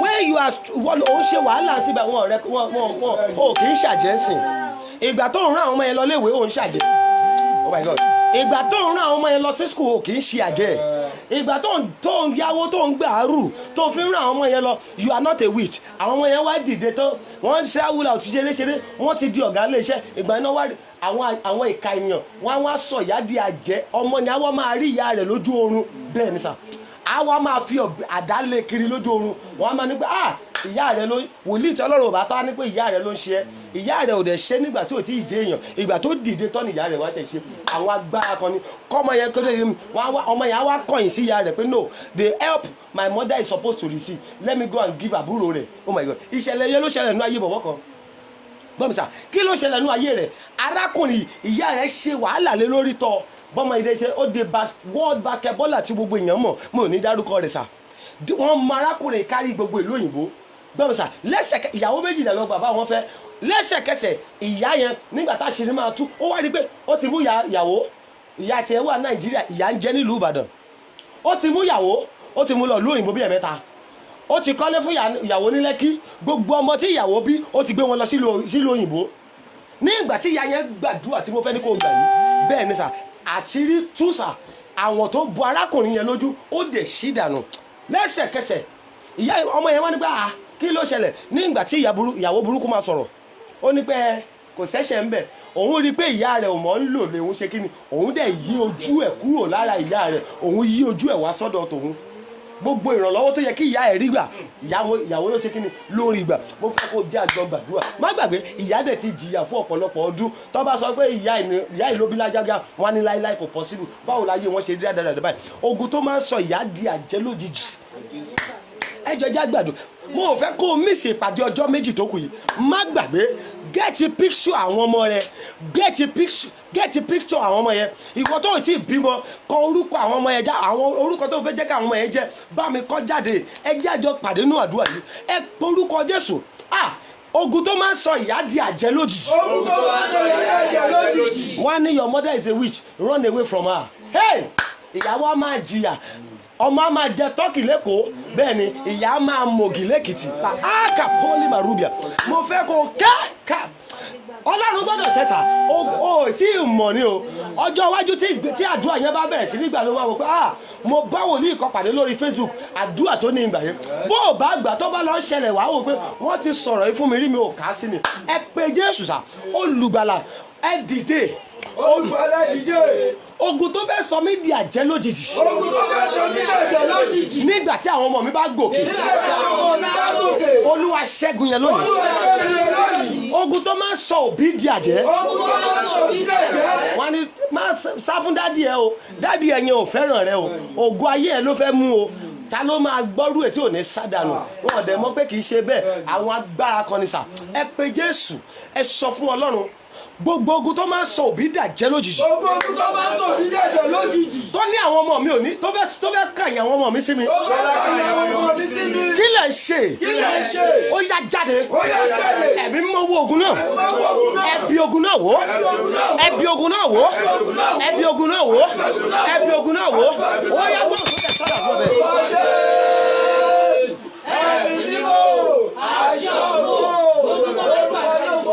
ẹbí ogun náà wò.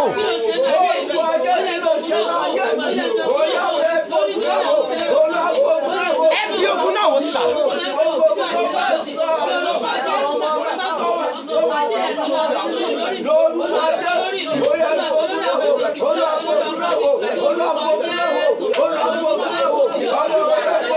ẹbí ogun náà wò.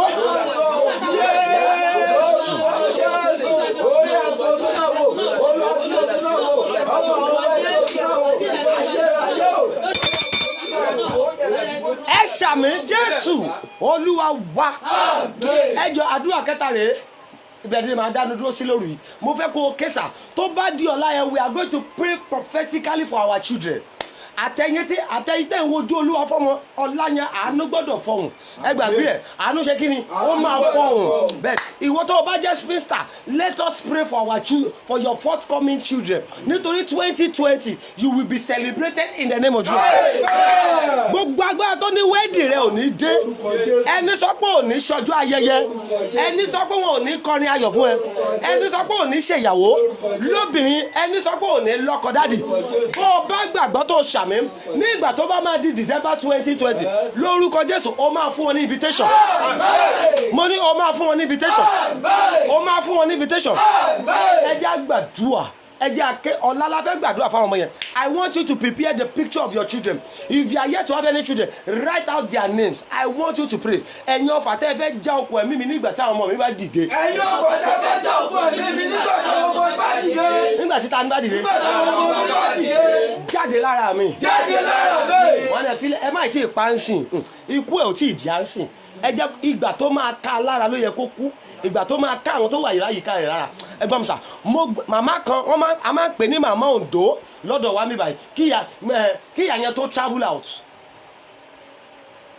Gbọ́dọ̀ sà, wọ́n gbìyànjú ìyá yẹn wọ́n ní pé àárù ló gbà títí tó fi tọ́ àwọn ọmọ rẹ̀. Ṣùgbọ́n àánú fọ́hùn wọ́n ní pé wọ́n dẹ̀ rán ọ̀fà ikú sí lẹ́sẹ̀kẹsẹ̀ nítorí ó jáládùá nítorí obìnrin ò gbọ́dọ̀ fàdúrà ṣeré. Lọ́sọ̀rí tomorrow I will show you ohun 12 tí obìnrin gbọ́dọ̀ ní tó bá máa jẹun ọmọ tí ò bá ní ṣe àṣedànù. I will tell you 12 things a woman must do. 12 things that must be seen in the life of a woman that is going to eat the fruit of her labor, that will not waste, that have effort will not be wasted in the future. I will tell you the 12 things tomorrow. Ẹ jẹ́ gbàdúrà nígbà ìyá yẹn gbàdúrà ọfà yẹn jáde bẹ́ẹ̀ ni sà obìnrin mi ò lè màmá kan ò lè gbàrú àdúrà yẹn ó ṣe wàhálà lórí ọmọ nítorí pé kò ṣe kí ni kò lè gbàdúrà yẹn sà ní ìgbà tí àwọn ọmọ rẹ̀ dìde tán wọ́n wá ya ìyá yẹn lódì wọ́n ṣe kí ni wọ́n yà á lódì wọ́n fọ́ lójú wọ́n wá tó wá fún ní àìsàn hypertension sà mo gbọ́ àwọn ìránṣẹ́ àwọn ọmọ ẹ sọ pé no daddy help us pray for our mother. If this woman died, we are not coming to Nigeria again. After 3 months, ìyá yẹn jáde láyé. Àwọn ọmọ yẹn ti fi náà. Ìlú òyìnbó náà wà ń sìn. Gbogbo wọn kò sí tó wálé mọ́. Wọ́n ní pé nítorí pé kí ni ìyá wa ló ṣe wàhálà. Kò ní da kí ẹni tí ò mọ̀gbà tó ṣe wàhálà kó máa jèrè ẹ̀. Ẹ jẹ́ jájọ gbàdúrà. Wọ́n já okùn ẹ̀mí ẹ̀ lódì. Ìyá yẹn ò mọ̀ pé ọ̀fà yẹn ti wà lára ẹ̀. Wọ́n ní fílẹ̀ ẹ tọ́jú. Let me tell you, there are some arrows that have not started work now. Ìwọ náà mọ̀ ìyá tó bí ẹ lọ́mọ ìgbà tó yẹ kó máa jẹun ẹ ló jáde láyé o. Torí o gbọ́dọ̀ gbàdúrà. Ìyá tó the mother that gave birth to you ọmọ ọdún mélòó ni ìyá ẹlòmíì 60 ni tó fi jáde láyé ìyá ẹlòmíì 65 ẹlòmíì 70 ṣé ó yẹ kí 70 ti jáde láyé ni àwọn ọmọ àwa máa lọ tọ́jú wọn pé no ẹja àbúrò mọ́mì yín ló ní máa de mọ́mì yín sìn ẹ lọ máa tọ́jú ẹ̀ owó tó yẹ kí ìyá gbà wọn á lọ máa fún ìyá tí ò mọ̀ gbà kò ná wọn náírà lé wọn lórí o ẹja jọ gbàdúrà pẹ̀lú ìtara ọfà tó fẹ́ já okùn ẹ̀mí mi lójijì. ọfà tó fẹ́ já okùn ẹ̀mí mi lójijì. nígbà tí àwọn ọmọ mi bá dìde. nígbà tí àwọn ọmọ mi bá dìde.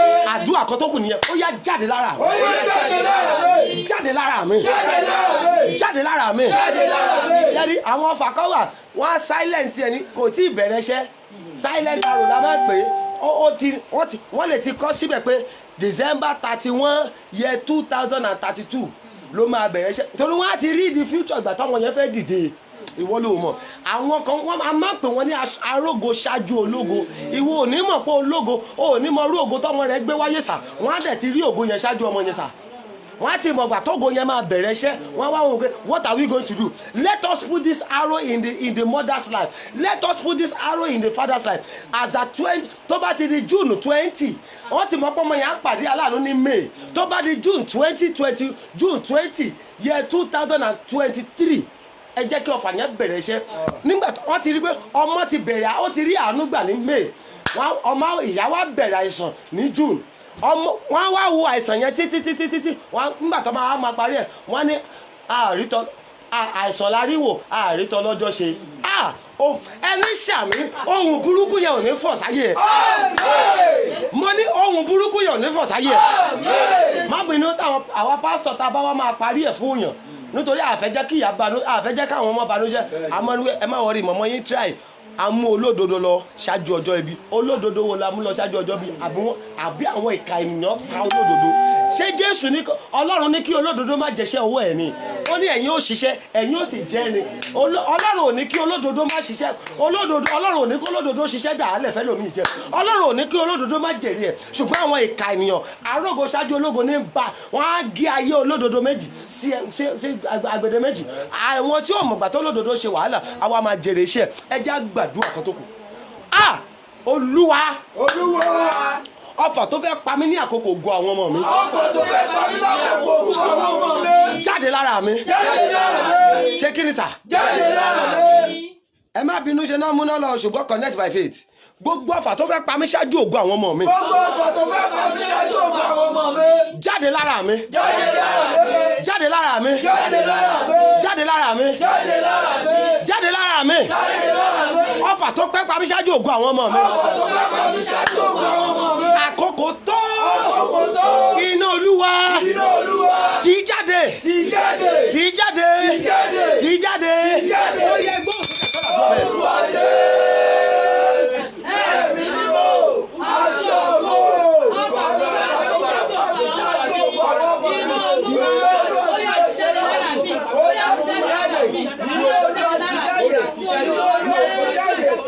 tí jáde.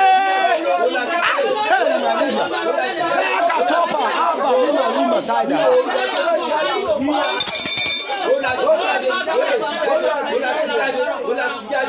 Ẹni gbọ́ mi lọ́rùn yìí tó ṣàkóso Ọlọ́run. Ẹ gbọ́ mi sà. This is the next thing that the Lord said you have. When you are coming to online tomorrow, get orange.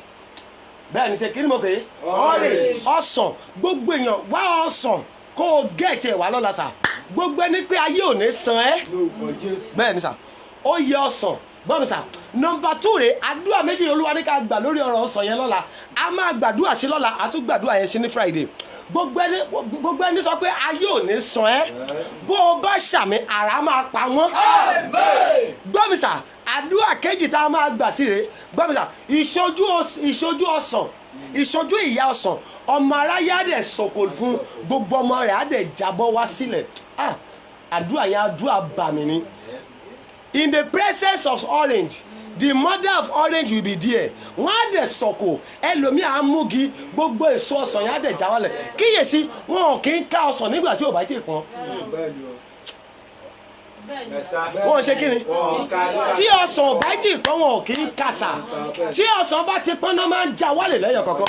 Ẹni ní ìgbà tí ògo ọmọ rẹ bá tàn náà máa pa ẹ́ lọ́mọ. Zà á kàtólíbà rúbìà.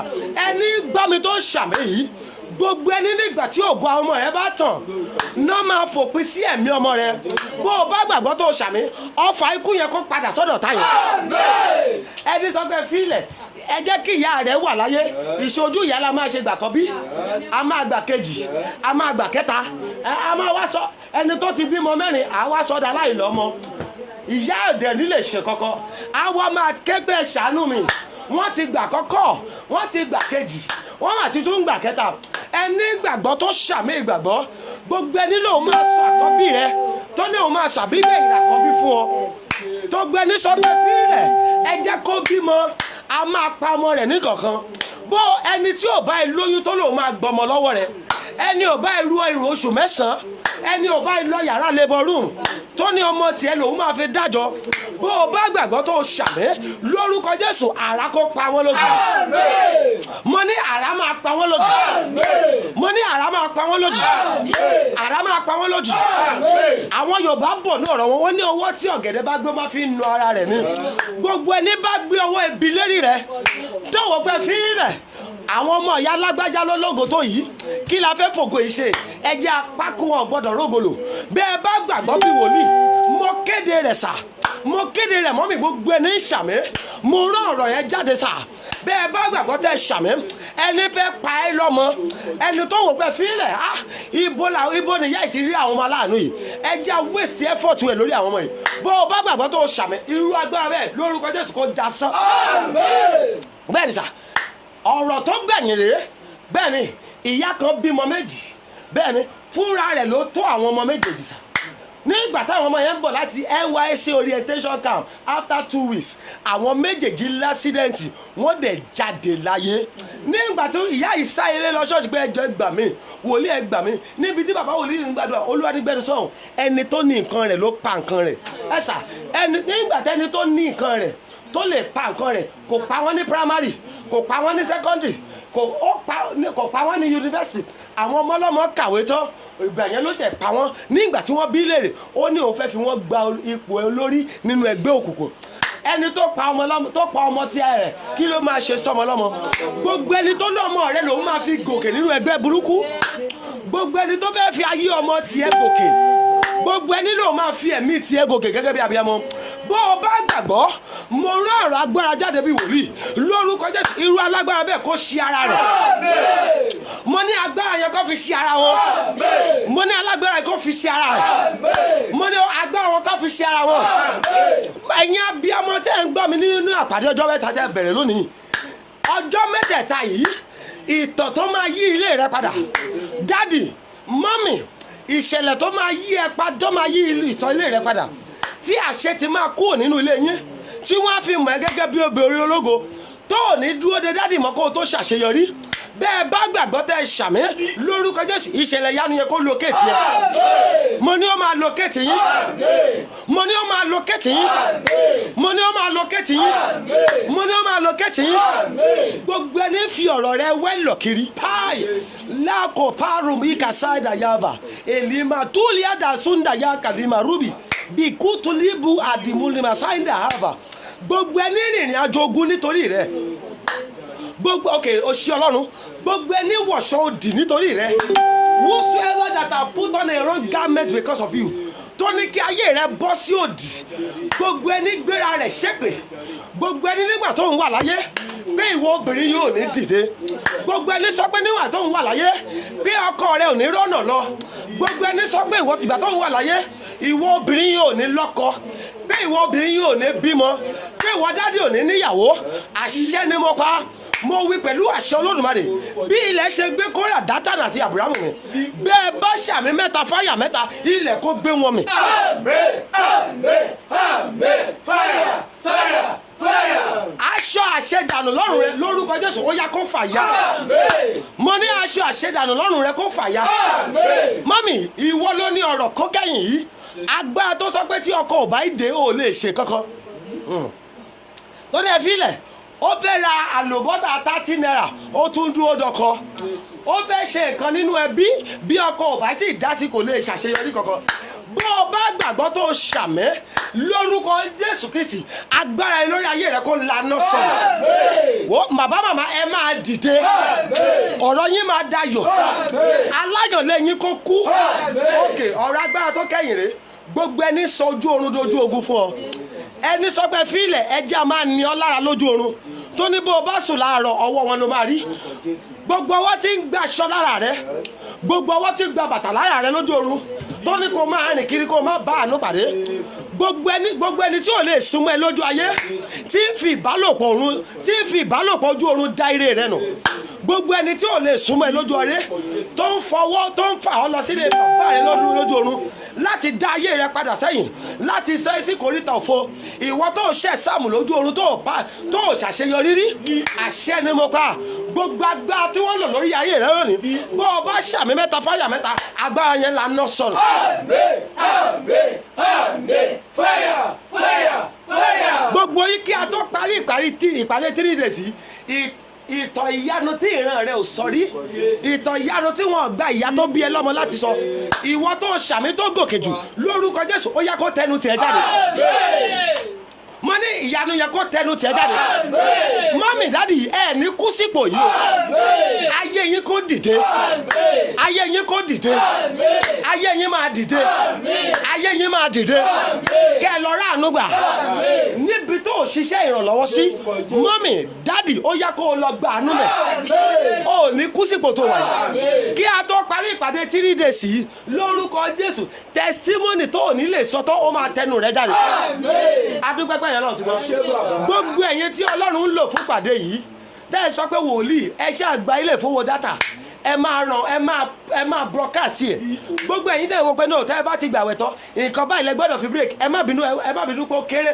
Gbogbo ẹ̀yin tí Ọlọ́run lò fún ìpàdé yìí bí mo ṣe ń gbàdúrà lójoojúmọ́ rèé àánú tó máa gbé yín dìde fún gbangba bẹ́ẹ̀ bá ṣàmì lórúkọ Jésù Ọlọ́run rán sí yín. Mo ní Ọlọ́run kó rán sí yín. Gbogbo ẹ̀yin tí Ọlọ́run lò fún beach prayer yẹn torí àwọn èèyàn ti ń pè fún testimony bí ẹ ò bá ràn wá lọ́wọ́ àwọn èèyàn tó rí testimony ò ní rí testimony. Mo gbàdúrà gbogbo ẹ̀yin tí Ọlọ́run lò fún beach prayer yẹn láti lọ wa láti bọ̀ wá àti ẹ̀yin tí Ọlọ́run ti ń lò fún ìpàdé 3 days tá bẹ̀rẹ̀ lónìí lórúkọ Jésù níbi tí ẹ òro kan ó rẹ sí àtàwọn tọ́lọ́run yóò tún máa padà lò ó yá ìyanu kó jáde sí yín. Mo ní ìyanu jáde sí yín.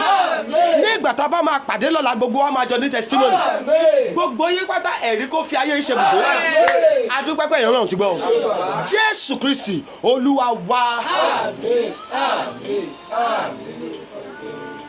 Ẹ má gbàgbé lọ́la sà I love you all. Ẹ kalẹ́ mà ẹ kalẹ́ sà. Ẹ má gbàgbé lọ́la picture àwọn ọmọ yín. I want you to get people prepared 9 p.m. Nigerian time. I want you to save that time on your phone so that there's going to be a blink for you to join the program immediately. 9 p.m. Nigerian time. Be prepared. Ìwọ tó ti bímọ, if you are yet to have your own children, write the name. Tó bá jẹ́ ọmọ mẹ́ta ló fẹ́ bí, kọ orúkọ àwọn ọmọ mẹ́tẹ̀ẹ̀ta jáde. Bẹ́ẹ̀ni, ìwọ tó ti lọ́kọ, jọ gbìyànjú pẹ̀lú ìgbàgbọ́, kọ orúkọ yẹn. Ẹ̀yin tẹ́ ń wojú Olúwa fọ́mọ, ẹ kọ orúkọ yẹn. Mo gbàdúrà àánú máa fọ́ ẹ̀yin rí. Please, I want you to do me this favor. Go to my YouTube page. Go and subscribe to the YouTube page. Ẹ máa rí àwọn past and recent programs wa lórí YouTube page yẹn. The YouTube page is Prophet Joshua Oni. Prophet Joshua Oni. That's the YouTube page. Go and subscribe to the YouTube page. You will see our past program and recent program. Mo gbàdúrà as you are doing this, àánú kó wà yín rí.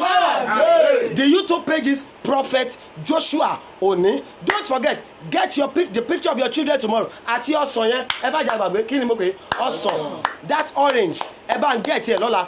A máa fi gbàdúrà lọ́la. Àánú dẹ̀ gbọ́dọ̀ fọhùn lórí ayé wa. Bẹ́ẹ̀ni, ọsàn yẹn ẹ get ẹ lọ́la. 9 p.m. Nigerian time. Save it to your time. Save it to your phone so that I lè wọlé immediately tá bá bẹ̀rẹ̀. 9 p.m. Nigerian time. The YouTube page is Prophet Joshua. The prophet is full. Prophet Joshua Oni. Go and subscribe it to the YouTube page. And if you want to call me for prayer after the program, it's 080 39 46 2147. It's 080 39 46 2147. It's 080 39 46 2147. That's the prayer line. 39 46 2147. Gbogbo ẹ̀yin tí Ọlọ́run dẹ̀ lò fún ìpàdé mo gbàdúrà àánú kó gbé yín dìde. Ẹ ó ra àánú gbà. Ẹ̀yin tí Ọlọ́run ti ń lò àtọ́yìn tí Ọlọ́run yóò tún máa lò kẹ́ lọ ra àánú gbà. God bless you sir. God bless you ma. We are going to meet tomorrow evening by God's grace. Omiyale, God bless you. Àánú kó wá yín rí lójijì. Gbogbo yín máa dìde. Gbogbo ayé ò dẹ̀ ní borí yín o. Ẹ bẹ́ lọ sùn báyìí ní Nàìjíríà aláìṣẹ́gun lẹ máa lá. Lórúkọ Jésù ẹ máa lálàá ìyanu. Ẹni bá ní kò fẹ́ gbógun tì í lójú àlá ara máa pa lójijì. Adúpẹ́pẹ́ yẹn náà ti gbọ́. Jésù Olúwa wa. Hallelujah mẹ́ta tógo mẹ́ta o. Hallelujah. Hallelujah. Hallelujah. God bless you, sir. God bless you, man. I love you all with the love of Christ. Thank you so much. Good night.